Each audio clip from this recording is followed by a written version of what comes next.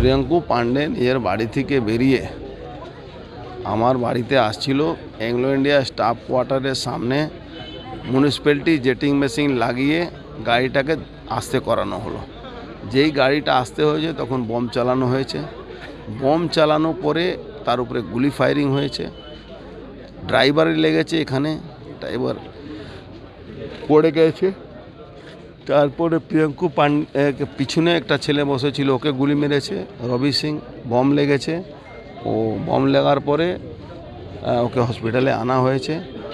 যারা গুলি চালিয়েছে, যারা বম চালিয়েছে, তারা এসিপির অফিসের পাশে হিরোইন বিক্রি করে, ওখানে ড্রাগস বিক্রি করে, ওখানে জুয়া খেলায়। পুরো এসিপি নেতৃত্বে এই ঘটনাগুলো ঘটেছে। তৃণমূল কংগ্রেসের সোমনাথ শ্যামের সঙ্গে এরা থাকে, ওর জন্য জুয়া টুয়া খেলায়। আর যে লোকটা এই ঘটনাটার সঙ্গে যুক্ত আছে তার নাম হলো রাজ পান্ডে থেকে নিয়ে ওই টিপুয়া, আন্ডাওয়া, সোনুয়া, এরা সব ছিল।